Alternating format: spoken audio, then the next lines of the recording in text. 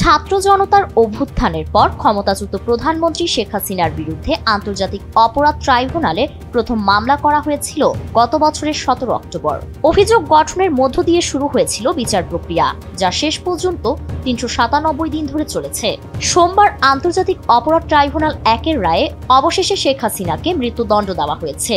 24-এর গণ অভ্যুত্থানে পতনের পর থেকে শেখ হাসিনা ভারতে অবস্থান করছেন। প্রায় 1 বছর ধরে তিনি দিল্লির একটি সুরক্ষিত এলাকায় রয়েছেন। এবার এই রায়ের পরই প্রশ্ন উঠেছে, ভারত কি এবার তাকে হস্তান্তর করবে? আন্তর্জাতিক অপরাধ ট্রাইব্যুনালে বিচার শুরু হওয়ার আগে বাংলাদেশ ভারতের কাছে তাকে ফেরত চেয়ে নথিপত্র পাঠিয়েছিল। প্রতিবেশী দুই দেশের মধ্যে প্রত্যর্পণ চুক্তি থাকলেও ভারত এখনো আনুষ্ঠানিকভাবে এ বিষয়ে প্রতিক্রিয়া জানায়নি। 2024 সালের জুলাই-আগস্টের গণ অভ্যুত্থানে সংগঠিত হত্যাকাণ্ড, গণহত্যা, আক্রমণের চেষ্টা, নির্যাতন ও ষড়যন্ত্রের অভিযোগের ভিত্তিতে এই রায় রাজনৈতিক অঙ্গনে অতিরিক্ত সংবেদনশীলতা তৈরি করেছে। রায়ের পর ভারতের ভূমিকা নিয়ে নতুন বিতর্ক শুরু হয়েছে। সাবেক প্রধানমন্ত্রীকে ভারত ফেরত দেবে কিনা তা নিয়েই সরব এখন বিশেষজ্ঞরা।